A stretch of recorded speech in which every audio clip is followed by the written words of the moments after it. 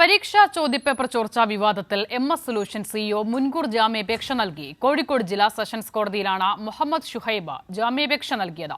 സ്ഥാപനത്തിനെതിരെ കേസെടുത്തതോടെ ഷുഹൈബ് ഒളിവിൽ പോയിരുന്നു.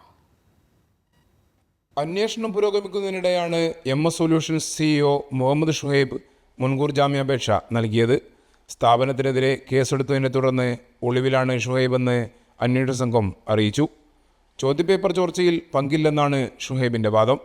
ഷുഹൈബിൻ്റെ വീട്ടിലും സ്ഥാപനത്തിലും നടന്ന റെയ്ഡിൽ ഡിജിറ്റൽ ഉപകരണങ്ങൾ കസ്റ്റഡിയിലെടുത്തിരുന്നു.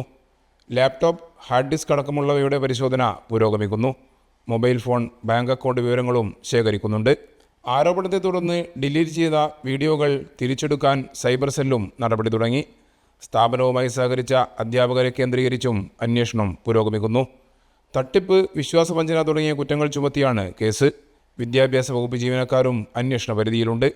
സാമ്പത്തിക നേട്ടത്തിനായി വിദ്യാഭ്യാസ വകുപ്പിലുള്ളവർ ചോദ്യങ്ങൾ ചോർത്തി നൽകിയതായുള്ള സംശയം അന്വേഷണ സംഘത്തിനുണ്ട്.